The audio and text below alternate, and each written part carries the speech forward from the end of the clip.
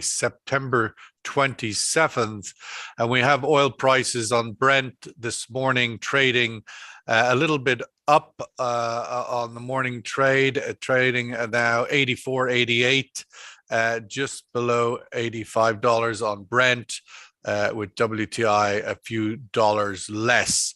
The news out of the trading universe meeting in Singapore these few days is that inventories are going to start building, and OPEC will need to make cuts in order to bolster prices. Let's put the outlook of that to Jamie Ingram, Senior Editor of Middle East Economic Survey. Jamie, your thoughts on the direction of travel at the moment and the comments coming out of Singapore. Indeed, would OPEC Plus need to intervene? Do you expect them to? If they did, how big would they need to do it?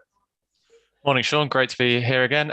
Yeah, definitely the market outlooks for quite some time have been that we're going to be switching into a few months of surplus from the second half of this year onwards. So certainly, inventory builds from Q4 is nothing of a shock to market participants. Basically, it's certainly something that OPEC is going to be keeping a close eye on. Certainly, let's take Saudi Arabia, for instance. They have been talking for many, many months now about their concerns about global spare capacity. So basically anything that they can do to bring oil output down in order to bolster spare capacity fits in with their argument. Some would say that they're looking more at prices, but I think they're going to go the spare capacity route. Are they going to do it now? Well, they're meeting next week. We'll see. I think this will be more of a wait and see approach. Obviously, the global economic outlook is something that's on everybody's mind at the moment, but certainly maybe towards the end of the year in December, possibly as early as November, we might see them starting to take a look at cutting for 2023. Let's welcome Lori Hatayan, MENA Director, Natural Resource Governance Institute. Lori, good morning. Has the geopolitics grip on this oil market finally relented? Ukraine, what is it now? Has recession, has demand destruction taken over, or is there still a grip here, and what headline could send this market higher? Your thoughts on the role of where geopolitics is at the moment? So let's say that first of all, after last time I was with you on the show, everybody thought that the second day there will be a JCPOA agreement and 2 million barrels will come into the market. We were suspicious at that time that there is no deal until a signed deal, and effectively today no one is talking about that deal again, and especially with what is happening in Iran with the human rights cracking down on crackdowns and women upraising, and the whole issue in Iran will really make it difficult for the Biden administration to even think of sitting with the Iranians and sign this deal. So that is left for after the mid-term elections, as we were expected from the start. So definitely that is one thing that is on the table today, that 2 million barrels will not come to the market. And then that's very important to know for now.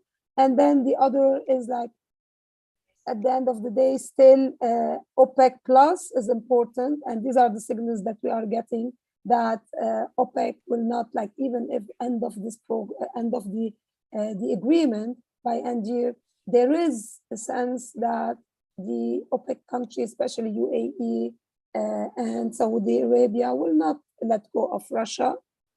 Even with everything that's happening, even if there is a sense that Russia is losing the war. At the same time, we see that the UAE feels like today Europe needs them. Schultz was in Germany, etc. Was in UAE, new deals, etc. About shipments going from the region to Europe.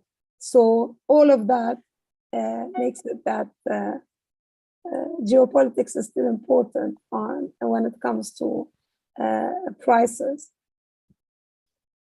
Let's go to Dr. Charles Elinas, CEO, Cyprus Natural Hydrocarbons Company and Senior Fellow at the Global Energy Center, Atlantic Council.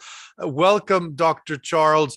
The sort of counterintuitive nature of things at the moment includes natural gas prices in Europe are plunging. I mean, we're going into the winter, people are starting to put on their sweaters, and yet natural gas prices are falling. Tell us a little bit of your thoughts on the outlook for the stress that European energy is under. Clearly, it's a big one, but how should one read falling gas prices? Good morning, Sean. Gas prices in Europe are not really plunging. At the moment, the futures price is hovering around 200 euros per megawatt hour. So it's stabilized at that level. The reason for the fall is probably a recession and what is coming in Europe strongly. And the fact that many countries led by Germany are shunning gas, are using less gas, and going back to coal. Germany has increased coal consumption by almost a third, while at the same time, it reduced its gas consumption by 20%.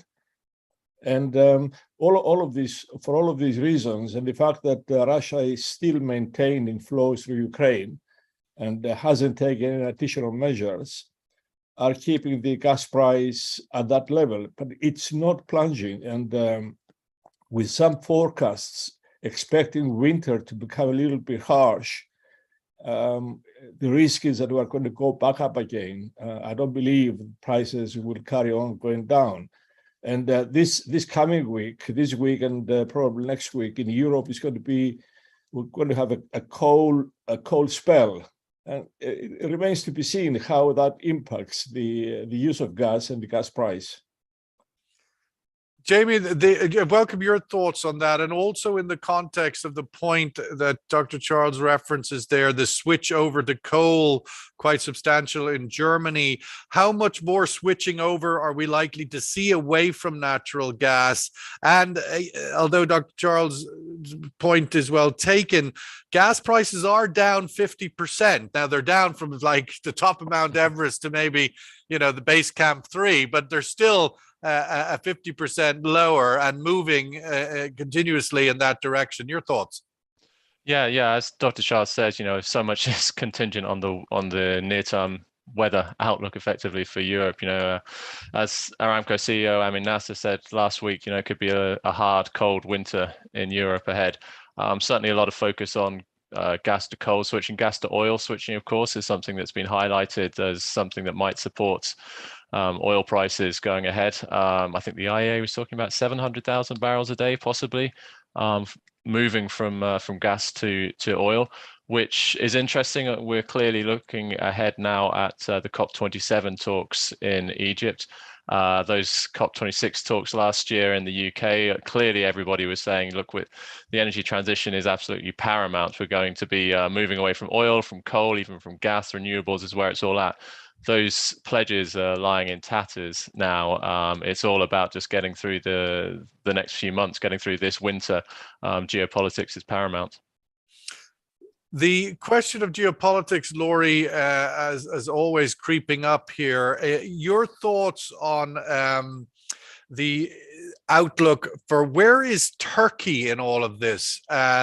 We saw strange things in recent times. I mean, we had the Indian Prime Minister and the Chinese president both indicating some space with Putin, some sort of words of dissatisfaction, nothing monumentous, but nonetheless some gap in the fence. And meanwhile, Erdogan's hand in hand having a love-in with Putin in the same photo ops. I'm wondering, where should we interpret I think, is it the largest army in the NATO, or second largest after America, Turkey, but ultimately a big NATO country, arm in arm with Putin?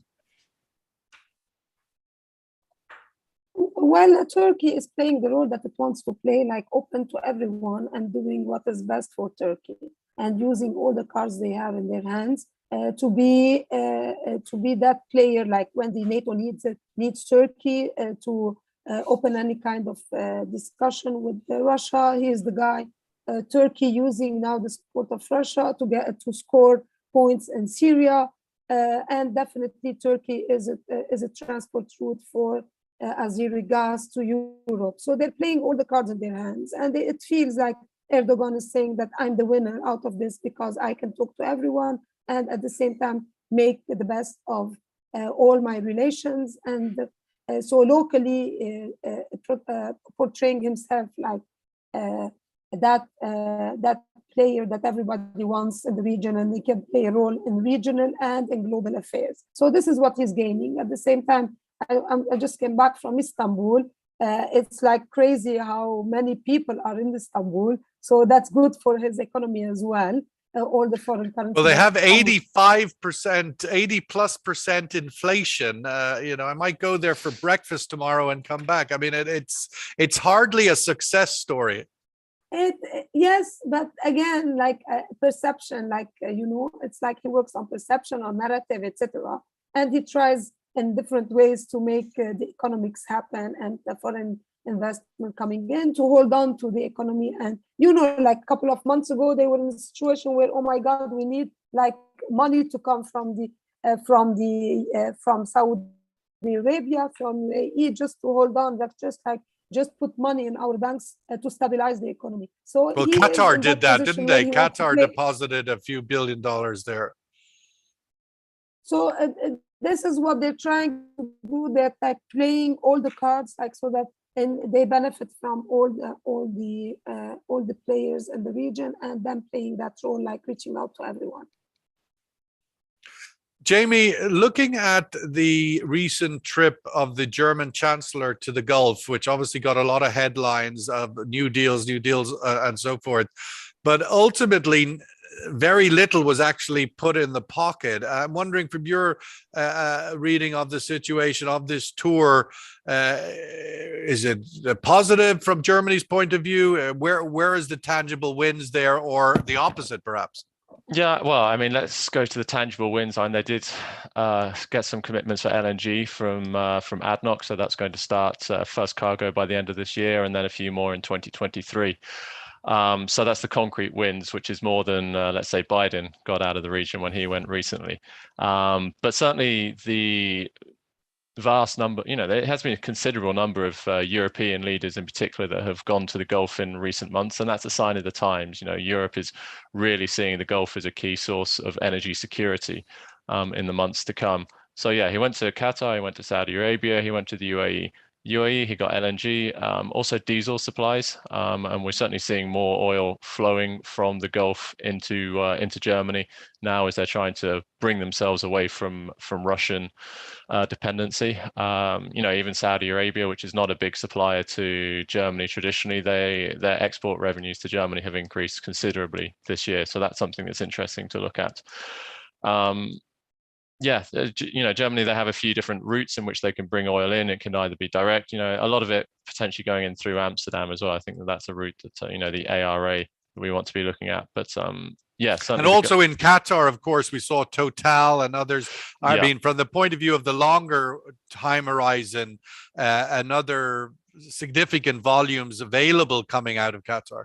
Yeah, definitely. But that, as you say, longer term, so 2026, 2027, when those volumes for the LNG expansion there are set to come online. So, clearly short-termism is not a good thing. We need to be putting in place the building blocks to ensure energy security, building out further forward, but also there's a near-term issue with a crunch coming up there. And effectively this trip, it was a moderate success as to whether that's going to be affected. This is just playing around the edges. And frankly, Germany is building up LNG import capacity. That's great. They're still fishing in the same pond as everybody else, which means that's just another supplier coming in, another consumer coming into the mix, which potentially could just serve to push prices up further again. Charles, looking at the geopolitics and Laurie's question I put to her regarding the role of Turkey, I'd also welcome your perspectives on that in terms of the sort of geopolitical alignment in the West. First, let's start with Turkey as a NATO member, and then maybe we'll move on to Italy. But your thoughts on what role Turkey's playing at the moment, and is it a reliable partner, so to speak? from a Cyprus perspective. Until the elections, if the elections take place, because there is always a concern that Erdogan might find an excuse to delay the elections. He can't do that under certain circumstances for a year. But until the elections, he is going to be very volatile. Everything he does, you have to look underneath it to see how it influences the elections. He takes decisions. I mean, you mentioned inflation before. And only yesterday he cut the interest rates. He's going in the opposite direction. So the measures he's taking at the moment, even with NATO and Russia and everybody else, are geared towards these elections next year. In that respect, during this critical period, he's not a dependable partner. No, he's not. He's playing the ante with Greece. He's threatening. The language he's using with Greece is incredible. I mean, you would think that by tomorrow something's going to happen. Sadly for Cyprus, Cyprus is a weak link. If a rift happens between Turkey and Cyprus, Erdogan might take the opportunity and do something in Cyprus. But in general, he is not a dependable partner at the moment. After the election, I would be wondering. I mean, I can take the viewpoint from Cyprus as you've articulated it. I wonder what the viewpoint from Kiev is towards Erdogan at this time, who was supposedly playing as some kind of facilitating role as a sort of honest broker in the early days of this conflict. Where do you think Kiev would see him at this stage? Well, Kiev still depends on Erdogan's support. I mean, Erdogan still controls the flows through the Bosporus, and the export of wheat from Ukraine depends on him. As an intermediary between Ukraine and Russia, he still has a serious role to play.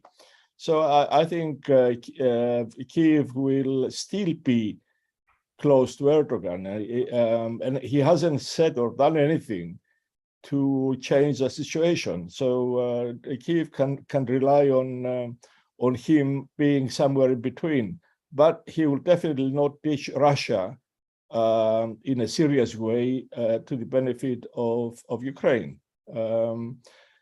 It's a situation where Erdogan at the moment has many cards he can play and mostly come out of it reasonably well, because almost everybody needs Turkey.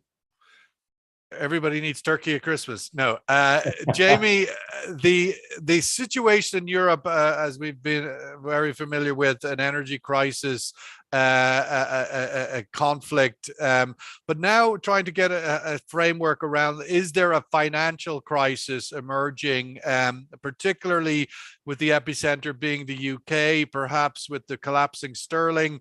Obviously, the euro's already preceded it. Where do you see those dominoes falling and sort of throwing into the mix there? The most indebted country in Europe, Italy, has just voted in the most right-wing government since the Second World War. Yeah, as you rightly say, energy crisis, economic crisis in Europe at the moment. All eyes are on the UK at the moment. Clearly, that's going to change as well, Italy, as you point out. I think that one of the key drivers here is that we're starting to see everybody's moving into winter now. These countries, these governments are all laying out their plans to shield the population and businesses from the rising gas prices, electricity prices. Markets are starting to get spooked about how these are going to be financed. In the UK, it seems to be by debt. That's a problem when interest rates keep on going up and up and up. I think that one of the rare bright spots ultimately is the recent drop in oil prices. But in Europe, we're kind of still paying $100 oil. I mean, let's take the UK. Brent's a touch under $85 a barrel. That gets you about £80 a barrel in the UK. Now, 1 year ago, £80 was about $105.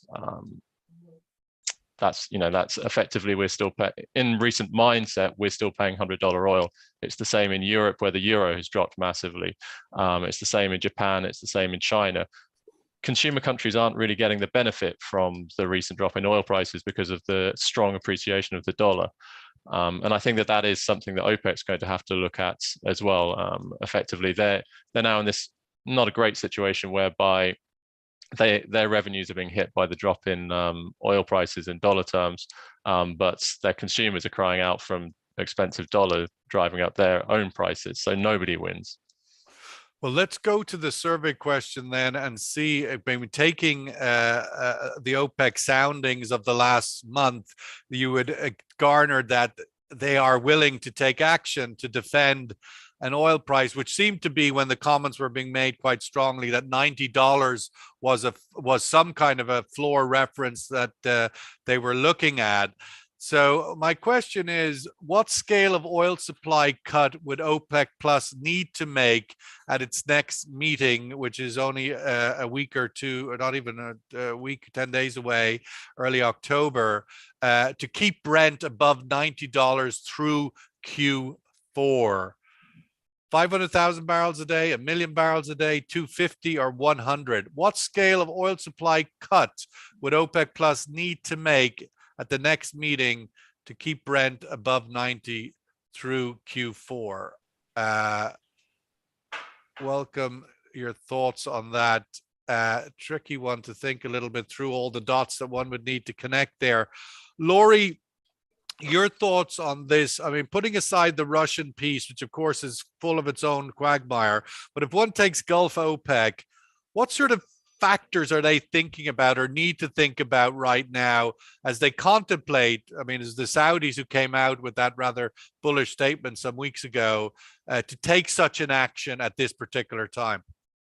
Yes, it's interesting that we're all back to discussing about cuts, because we thought that we passed that, and after COVID and everything, that we were on the path of like re-injecting production and oil in the market. So it's interesting now the cuts is becoming like something very natural. Yes, how much they will cut. Now it's not about they will cut or not, but how much. Well, they did cut at their last meeting 100,000 barrels. Yes, so it happened. Because technically at least. Because for political reasons they had to increase on 100 when they were not convinced, so they had to cut it back to maintain the stability of the market, as they say. I think again the issue is very, like, at least it's very clear for the Gulf. They need to have a certain price, because that is the main revenue still that goes into their budgets. And if there are problems in economies and inflation or whatever you want, things that would make people unhappy, so then they have to have that high price of oil and gas so that they can sell more, or they can sell with high prices so they can make more revenue, so that they can support whatever they need to support to keep their population happy. And plus, because they have all these projects that they have in mind to, so at least for Saudi Arabia, to build that non-oil economy. So there is always that I need a certain high price, or the certain price that I cannot go below. And if I still have the possibility to do that and play in the market by cutting or by increasing, so to maintain that price, they will do it. It's basically, it's all driven by their local economies and what they need to stabilize the situation and build on the projects that they have and continue with the projects that they have. Definitely for the other OPEC countries, not Saudi Arabia or UAE, the others are already suffering and not able to increase anyway the production. So that helps as well, like to say that we have a reason why we cannot continue on producing. There is no capacity to produce now. And the market is saying that maybe we shouldn't be producing. But for the Gulf country, it's all about local plans and how to maintain that money flow coming in to implement all plans that they have.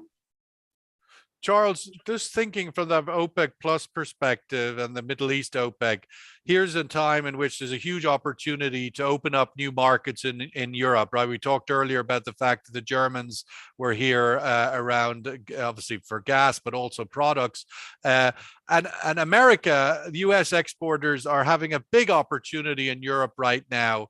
Would it be a wise move for OPEC Plus to Gulf OPEC to step back from that opportunity, which clearly the Americans will be jumping right into, these new markets in Europe? What are your thoughts on that?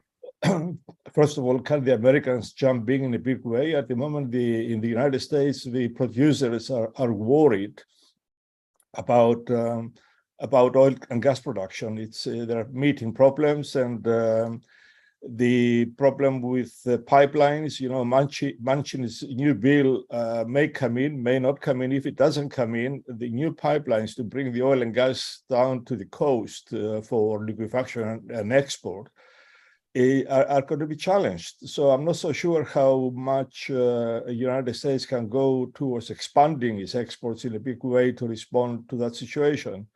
And as Lori said, the OPEC countries at the moment have great problem producing the quotas they already have. If they are underproducing by 3.8 million barrels of oil a day, even if they cut production by 500,000 barrels, what does that mean? It doesn't really mean anything. So if they're unable to produce what they promised to produce now, how can they respond in a big way later on? But the additional problem I want to highlight here, you mentioned before about the European economy. Europe is attracting all this oil at the full price. Russian oil is going to Asia, to China and India at a much reduced price. So competitiveness of European industry is suffering massively. And that's why at the moment, combined with the high gas price, and you said gas price has come down, but at the moment, the €200 per million per watt hour, kilowatt hour. Kilowatt hours per megawatt hours is about 10 times the average of last year. I mean, it's 10 times. It's a huge price, even at this lower level than it was a month or two ago. Industry in Europe is suffering. In Europe, interest rates are going up.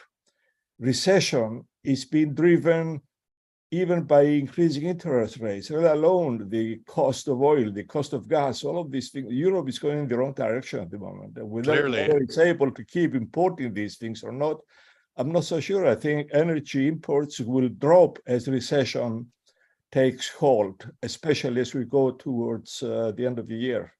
Well, Jamie, let's get the survey result on that and see where the view is in this room. It's pipping 1 million. Wow, that would be a number bigger than I would have thought.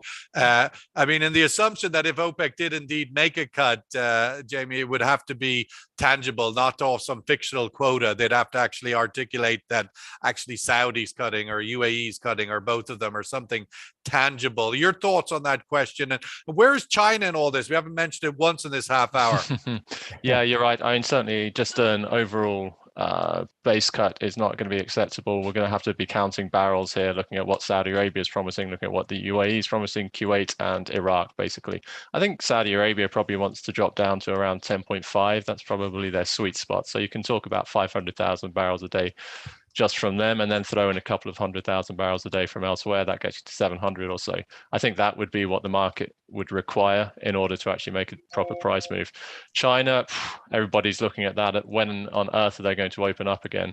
It looks like the zero COVID policy is here to stay. I don't think that's going to change anytime soon. So then it's effectively you're counting on what's the virus going to do.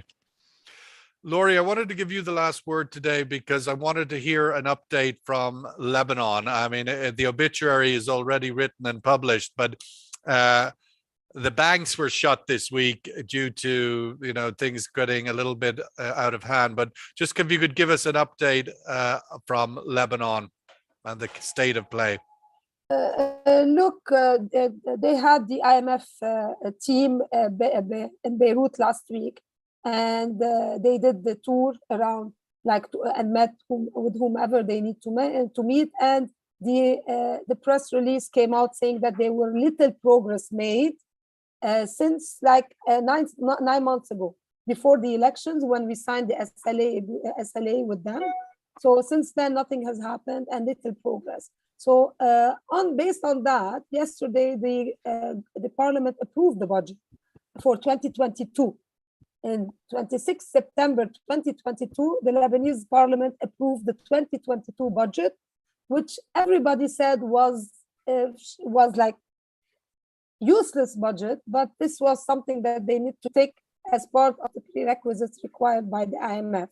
So we're still in a situation where the political class is not feeling the heat, unfortunately, and they're just doing cosmetic measures, taking cosmetic measures, thinking that that will be okay with the IMF, and then we will sign the final deal and unlock all these like $2 or $3 billion that is coming, that should come in installation, because they that's one. Second, all the political class delusionally,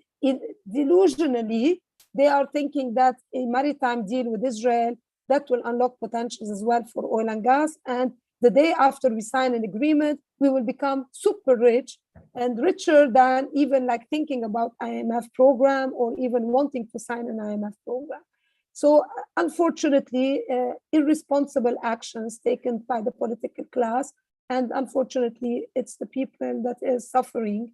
And you've seen all these desperate actions by people going to the banks with fake guns because they want to get their money out, because they want to pay for hospitals where their loved ones are sitting and not being able to be hospitalized because the hospital is not giving them the care they need because they don't have the money to pay. And their money are lost somewhere in the system that nobody is understanding where, and no one is taking action to really help the population and the country. Haram, haram, haram. But it's important to stay in touch and hear latest updates and make that known to everybody that is paying attention. But it's not easy to listen to as somebody who is wedded into that beautiful country. Thank you, Laurie, as always. Jamie, thank you so much for your thoughts. Charles, thank you as always. 10:30 every morning, we'll be here. Oil prices trading on Brent at least a little bit low, 85. Singapore APEC looking for more cuts from OPEC. We'll see if they oblige. All the best.